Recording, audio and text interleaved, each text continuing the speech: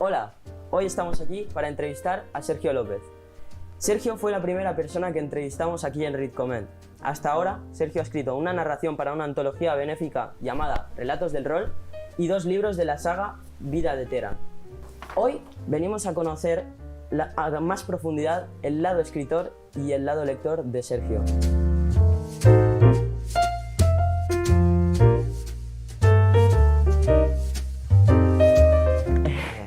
Para comenzar, ¿cómo estás? ¿Cómo te sientes sobre la entrevista? ¿Cómo va todo? Pues muy bien, estoy muy contento de estar aquí, de estar con vosotros y de compartir este ratito, tanto lo que he escrito como los intereses y gustos. Encantado, de verdad. Si tuvieras que hacer un top 3 libros favoritos, ¿cuáles son los 3 libros que elegirías? Pues creo que lo tengo bastante claro, sobre todo el primero, porque además siempre lo he comentado que es un libro que me empujó a mí a escribir, que es El nombre del viento, de Patrick Rothfuss, y que de hecho cambió un poco mi forma de cómo escribir y es el objetivo que tengo en mente siempre que me pongo delante del ordenador y tal, ¿no? En segundo lugar, creo que, y a medida que pasan los años y más lo releo, también podría poner otro título que comparte algo del nombre con el primero, que es El nombre La sombra del viento, perdón, ya los confundo, de Carlos Ruiz Zafón, porque creo que es un libro que tiene muy buen ritmo y te enganchas del primer momento, y es un libro que siempre me ha empujado a amar los libros un poco. Y en tercer lugar, creo que pondría pues a Sapkowski. No sé si conocéis la saga de juegos de Geralt de Rivia. Sí. Pues las novelas son ese punto al que yo aspiro como escritor de, sobre todo, fantasía. Y son los 3 libros que si me tuviese que llevar un poco a alguna parte, me lo llevaría seguro. Como lector, ¿qué género acostumbras a leer? Pues curiosamente, y no sé, a veces a la gente le sorprende un poco, que me gusta en general tocar todos los géneros posibles que me puedan gustar. Obviamente la fantasía la leo y ahondo todo lo que puedo y me gusta mucho, aparte de todo lo que está relacionado con el rol y tal, trasfondos e incluso partidas, ¿no? Que también soy jugador de rol, tanto de rol de mesa como rol en vivo. Pero luego también me gusta mucho leer literatura contemporánea, tanto de Europa, podríamos decir, de la literatura de Latinoamérica también me gusta mucho, la he descubierto no hace mucho.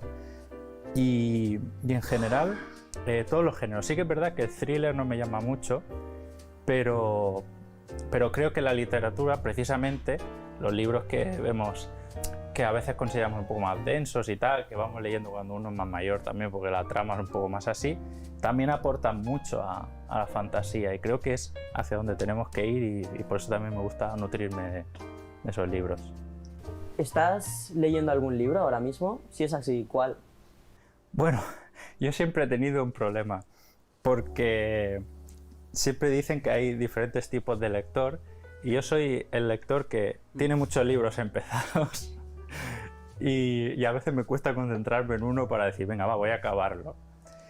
Y de hecho estoy leyendo varias cosas. Un compañero me regaló, por ejemplo, la novela en la que está basada la serie Hermanos de Sangre, que es de la Segunda Guerra Mundial, y son las vivencias de unos veteranos de la Segunda Guerra Mundial y tal, que es muy interesante, la verdad, y refleja un poco la basante de historiador también que siempre me ha gustado tener y me ha gustado informarme sobre el tema y tal. Y luego ahora estoy, como te comentaba antes, leyendo, por ejemplo, literatura contemporánea. Estaba leyendo Almudena Grandes, que es así como una novela histórica en cierta manera, pero con esos tintes ya del ser humano, de profundizar en las raíces de uno mismo y tal, y que me gusta también, como te decía, tener a mano. Y luego tengo entre medio también uno de Terry Pratchett, que es ya más parecido al género que escribo y siempre me estoy debatiendo ahí con cuál cojo hoy, ¿no? Un poco. ¿Te consideras un escritor de género? Es decir, ¿acostumbras a escribir sobre temas parecidos o te gusta ir variando? Bueno, pues mira, viene muy a tono esa pregunta precisamente porque estoy en un punto ahora mismo en que voy a iniciar un salto en ese género. Hasta ahora siempre había escrito sobre todo fantástica y tal, pero sí que es verdad que a raíz de también un concurso literario y tal, que escribí un pequeño relato que me gustó mucho y salió bastante bien, voy a probar con una especie de novela histórica, de cierta manera, basada en Montmeló, en mi pueblo, bueno, ambientada allí, en el que también aparecerá Barcelona y el Vallès un poco. Y voy a probar, a ver qué tal se me da salir del género, que es mi zona de confort un poco, y probar cosas nuevas, ¿no? Además, quiero probar de escribirlo en catalán, o sea, a ver qué tal sale. ¿Cuánto has tardado en escribir Vida de Terán 2? Bueno, es además... o sea, siempre que hablo del tiempo del proceso y tal, hay que tener en cuenta dos cosas. Bueno, siempre dicen los escritores, escribir no solo cuando te pones delante del papel, porque muchas veces estás paseando y estás escribiendo, porque estás pensando en la historia, o estás de vacaciones o en la piscina y estás escribiendo, ¿no? Pero sí que es verdad que además, con Vida de Terán 2, por ejemplo, que es el que me ha pasado por el proceso de la vida, tuve que dejarlo 2 años porque me mudé, reformas en casa y tal, y otras historias, y al final han sido 5 años desde que empecé el proceso, que en cuanto acabé el primero ya empecé el segundo, que me vino muy bien para ya tenerlo iniciado, pero claro, entre el parón y demás, 5 años han sido. Pero como digo, no son de escritura completa. Si tuviese que sintetizar, es que en realidad, si pudiese dedicarle 8 horas al día, en 6 meses lo tendrías. Pero claro, eso ha de espaciarse en el tiempo porque, por desgracia, la vida manda. ¿Qué es lo que más te ha costado en el proceso de escribir tus 2 libros? Pues, y esto es una cosa que me encanta de escribir y una cuestión por la que creo que escribir ya, además de compartirlo con la gente y que las historias gusten y demás, me ha hecho mucho beneficio a mí, que es ser disciplinado.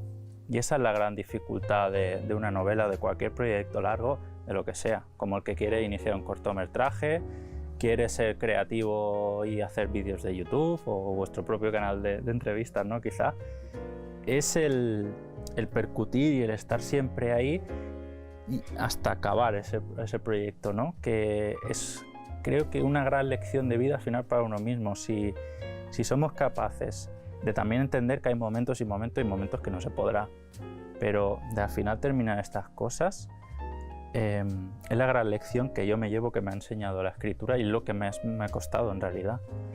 Que alguna vez lo hemos comentado, que hasta acabar este primer libro han habido muchos que se ha quedado del borrador y tal, porque no he llegado a tener esa disciplina, ¿no?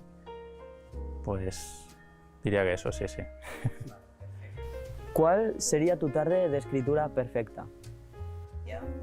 Pues muy buena pregunta, porque alguna vez lo he estado hablando también con otra gente que escribe, que yo por lo menos, y también lo comparto con otra gente, por lo visto, soy muy de rituales. Ahora cada vez, a medida que ya me ha sido... llevo escribiendo más tiempo, sí que es verdad que tengo más flexibilidad, pero en el primer libro sobre todo, y un poco del segundo, siempre tenía que hacer un ritual. Yo llegaba a casa después de trabajar, que como bueno, sabéis, acabo a las 2:30, tal, como, y siempre empezaba igual. Hacía un rato de PlayStation, de videoconsola, para cortar un poco, pasármelo bien, tal, pero no mucho, 1 horita o así. Luego, generalmente me duchaba o algo así, también para un poco entrar en esa dinámica. Y seguido, merendaba y me ponía a ello. Y normalmente hacía 2-3 horas que ya os digo que a veces, siguiendo esa dinámica, me eran muy productivas y sobre todo me acostumbré a hacerlo con regularidad. Y eso es lo que al final te hace acabar estas cosas, que siempre hay una frase que se dice mucho que dice: si la inspiración ha de llegar, que te pille trabajando. ¿Cómo funciona todo el mundo en el que pasan los hechos? ¿Hay reinos en los que se mezclan distintas especies o están separados? Es decir, socialmente, ¿están a la misma altura los humanos que algunos otros seres inteligentes? Bueno, en el mundo de vida de Terán, por lo pronto, el lector desconoce si hay otros seres, si hay otros sistemas de vida, de alguna manera, aunque sí que vemos algún tipo de razas inferiores y tal, que evidentemente hay un juego de jerarquías entre ellas. Sí que es cierto que estoy pensando en el caso de los escritetes, que son unos seres así pequeños, a los que los humanos tienen absolutamente dominados, no tienen ningún tipo de derechos y son un objeto en propiedad. O sea que, respondiendo a la pregunta, hay una jerarquía, pero es que incluso entre los propios humanos, clases sociales y, por ejemplo, las tribus del sur, que vendría a ser como unas regiones heladas y tal, en los que tienen familia, pues algunos de los protagonistas están muy subyugados y al final son los bárbaros que, bueno, si vienen aquí, pues trabajarán como inmigrantes en el ejército en trabajos de poca monta, ¿no? O sea que sí, hay un cambio social muy diferenciado, sí. ¿Puedes contarnos algunas cosas que existan en ese mundo, pero no salgan en los libros, como alguna raza, especie fantástica o algo así? ¿O es muy secreto y lo dejamos para algún otro libro? ¿Puedes contarnos o no? Bueno, sí que puedo anticiparos y además a las personas que están viendo esta entrevista que, bueno, puede que algún ser que se consideraba extinto o que solo figuraba en las fábulas, pues sí, pueda existir en Pron, tanto en regiones lejanas o aisladas como bajo tierra. Y a partir de ahí pues dejo ya la imaginación de cada uno lo que pueda creer que haya. ¿Qué opinas de la autopublicación? Pues es un tema muy interesante y de hecho entre los escritores así noveles también, como lo soy yo, hay mucho debate y siempre se ponen en balanza cosas que al final ha de valorar cada uno personalmente, depende de cómo sea y demás. Yo por mi parte sí que tengo publicados 2 libros por editorial tradicional, que es Ediciones Atlantis, y luego, por ejemplo, el caso de Relatos de Rol, la antología era una antología benéfica que se publicó a través de Amazon, pero existen otras plataformas de autopublicación muy buenas. Generalmente tienes que tú aportar el dinero inicial, que claro, para algunos es un tanto prohibitivo, pero sí que es cierto que al final tienes el control total de la edición y tal, y puedes enviarlo y disponer de volúmenes gratuitos para hacer difusión y demás.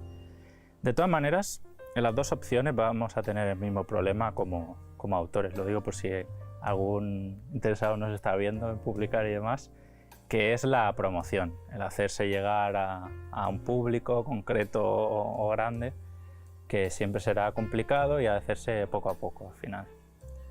¿Qué cosas te molestan en relación con comentarios que hace la gente sobre el trabajo de los escritores o cosas que la gente no entiende?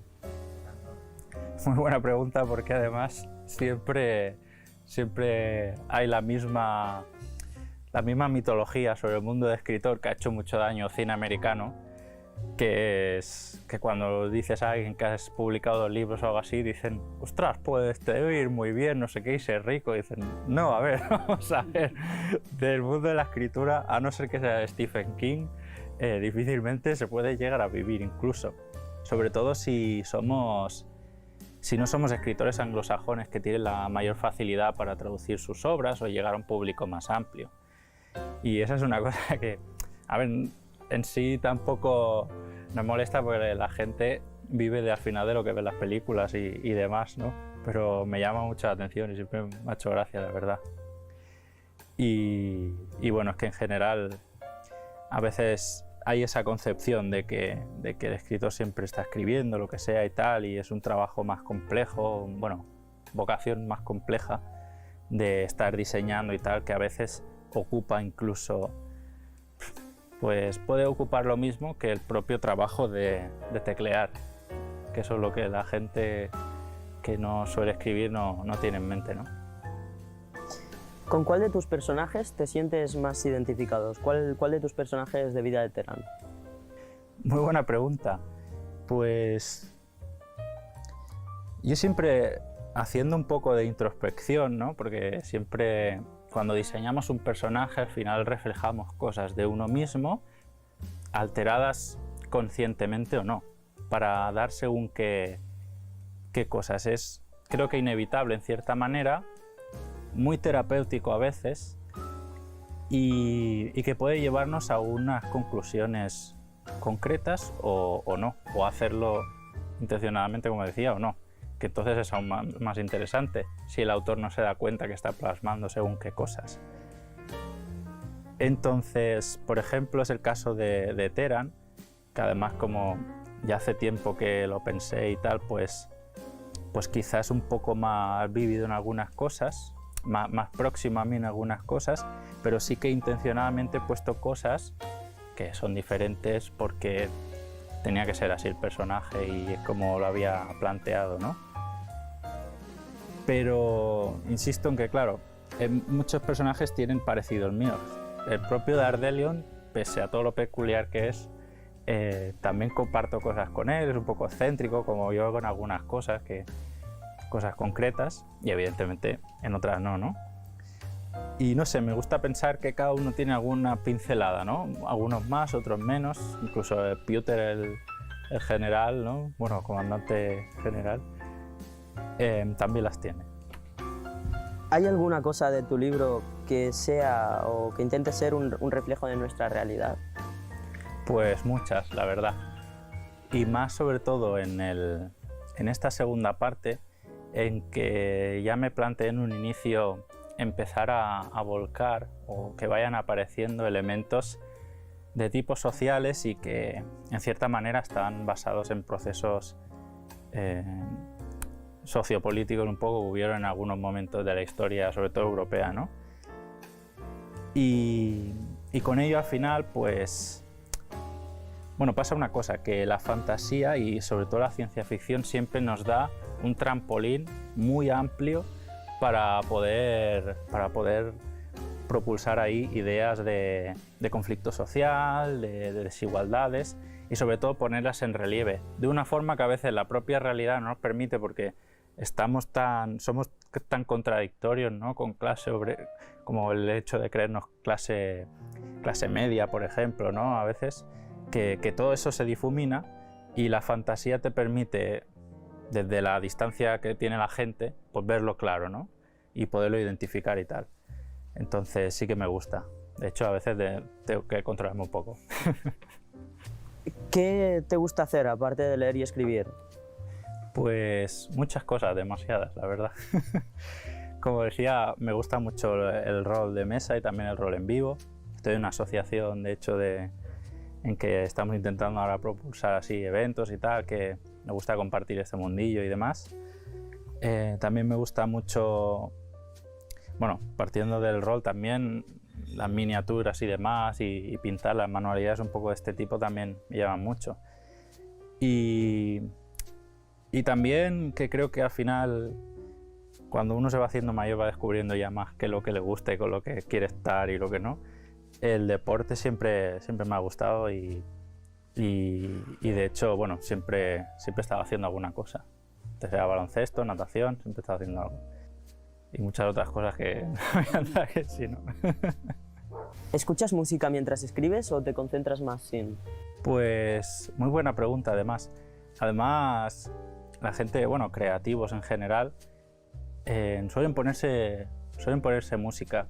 Y yo sobre todo me pongo en el punto en que estoy diseñando, sobre todo, y pensando. Cuando hago los guiones de los capítulos y demás, es cuando más música me pongo.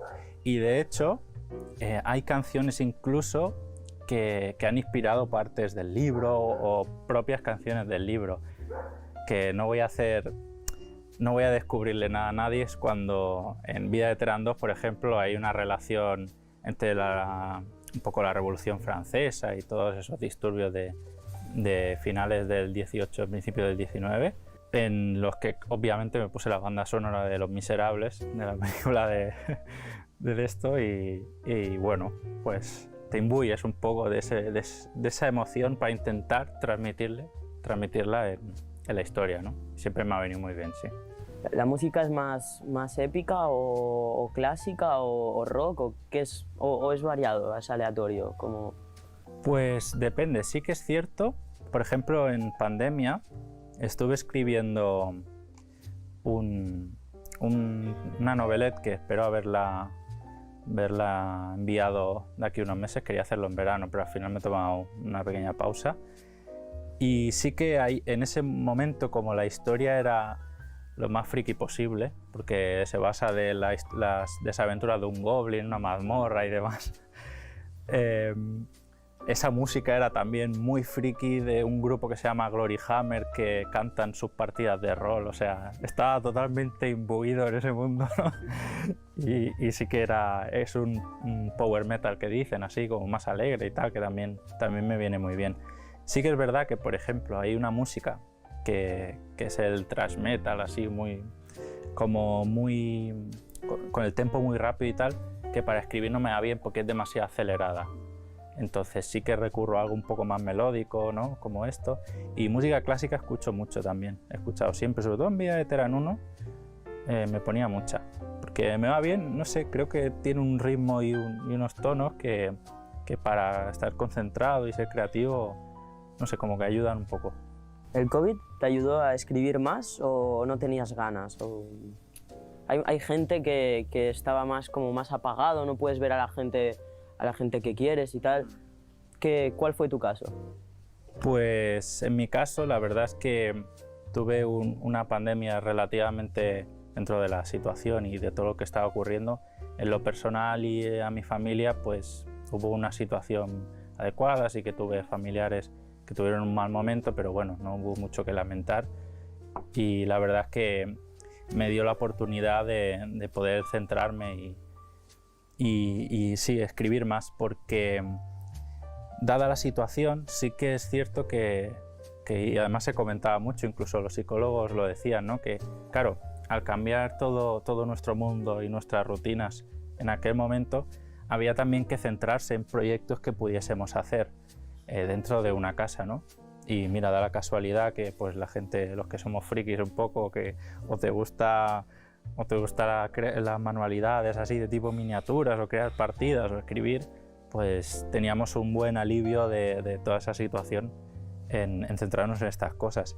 Y realmente inicié varias cosas ahí, incluso hice como un fanfic con unos amigos en los que es una cosa muy friki, en los que narrábamos las historias que hacíamos en las partidas online, que en esa época duraban bastante rato.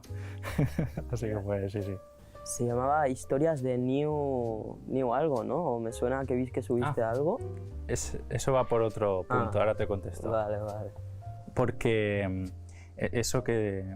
Historias de New Prosperity son unos cuentos que no sé escribir, no, son un poco anteriores, los acabé quizá en pandemia, pero bueno, que también me ayudó, que están basados en un mundo steampunk que hice con un buen amigo, que también estamos pendientes de ver qué hacemos con ello y demás. Y eso, son historias steampunk que dimos una identidad a una ciudad que creamos y tal, y todas están basadas en esa ciudad. Y hay diferentes cuestiones también que como decía, a ser también ciencia ficción, nos gustó representar un poco luchas sociales y diferentes cuestiones que creaba ese mundo, y la quinta esencia, que era un mineral que se descubre en África y que es una fuente ilimitada de recursos y tal, y genera todo un avance tecnológico, pero también unas cuestiones sociales que hay que resolver. ¿Consideras que eras un buen estudiante? Muy buena pregunta. Pues muy buen estudiante no era.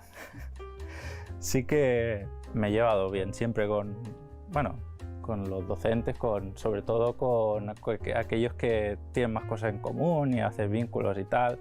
Y no me gustaban todas las clases tampoco. Pero han habido varias cosas del estudio que sí que he echado en falta o me hubiesen ido bien, sobre todo coger un poco más de disciplina, que es, como os comentaba, algo de lo que siempre he ido un poco falto, ¿no? Que luego puedes recuperar de otras maneras. Pero bueno, esa falta de disciplina también y tal me hacía no ir muy bien con las notas, por ejemplo.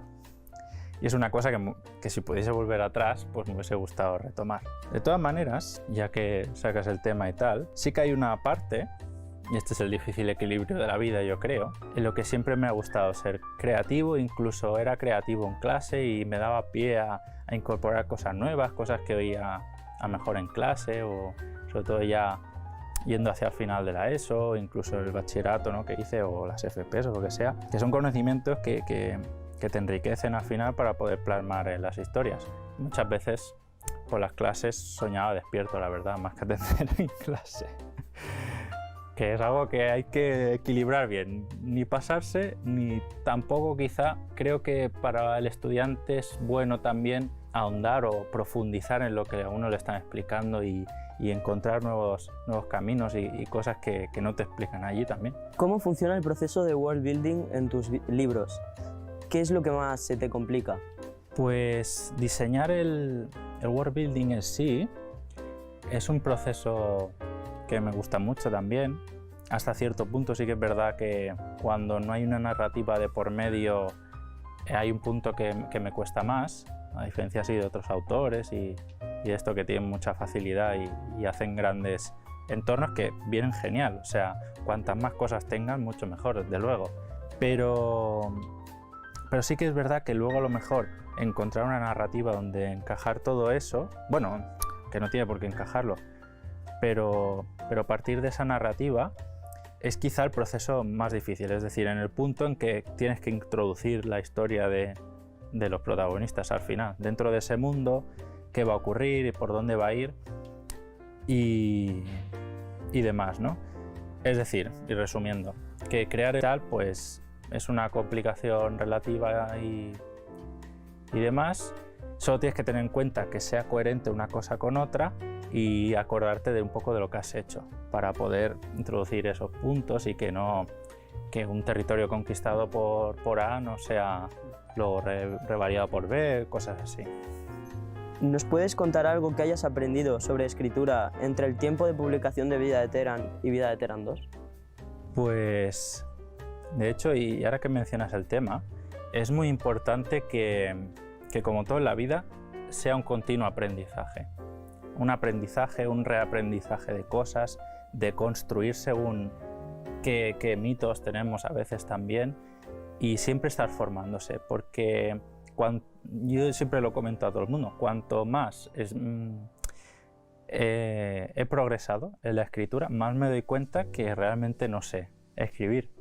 E incluso al principio tenía un poco la arrogancia de decir, no, sí, yo escribo muy bien, no sé qué, o escribo bien, y a medida que más aprendes dices, no va por ahí. O sea, hay un camino muy largo, pero para llegar a esa conclusión ya has aprendido bastante. O sea, que es algo muy beneficioso, ¿no? Y la humildad precisamente esa de decir, siempre es un paso más, un paso más. Y cuanto más avances, pues mejor lo harás, desde luego. Pero que también es algo emocionante, creo yo. Y respondiendo un poco a tu pregunta, desde Vida de Teran 1 a 2, por ejemplo, ahora he aprendido un poco a gestionar los tiempos, sobre todo, porque a veces pensamos en los capítulos y tal, y no pensamos a largo plazo. En este capítulo, ¿qué va a pasar? En este, ¿qué va a pasar? Vamos a hacer una lectura global y alejada, ¿no? Y eso es algo en lo que estoy empezando a meter un poco la patita. O sea, me queda un gran trabajo por delante y creo que será muy beneficioso para mí. Pero bueno, poco a poco. ¿Puedes hacer un resumen sin spoilers de la historia de Vida de Teran 2? Un pequeño resumen. Vamos a ver. Me va a costar un poco, a ver. Podría decirse que el camino que ha iniciado, que esto sí que lo puedo introducir un poco, el camino que ha iniciado Dardelion con la protobiografía y Teran, en Vida de Teran 2 pues se ve comprometido por algunas situaciones que ocurren, que eso no lo voy a anticipar, no lo voy a decir. Si queréis saberlo, leos el libro. y entonces Dardelion se va a encontrar por primera vez en mucho tiempo en la situación de tener que buscarse la vida por su cuenta y de sobre todo también progresar él como persona para al final conseguir lo que quiere, que es seguir con la protobiografía. ¿Lo conseguirá o no? Eso ya lo veremos. ¿Puedes darnos 3 adjetivos que describan Vida de Teran 2? Pues 3 adjetivos. Yo diría que podría ser... a pensar. Sí, mira, creo que podría ser interesante por una parte, incoherente a veces y curiosa. ¿Has visto alguna vez un libro tuyo en una biblioteca o en alguna librería? Si es así, ¿cómo se siente? Pues, además, una pregunta que viene muy al pie, porque siempre lo había pensado antes de publicar, ¿no? Y es una de las cosas que te estimulan, ¿no? a conseguirlo.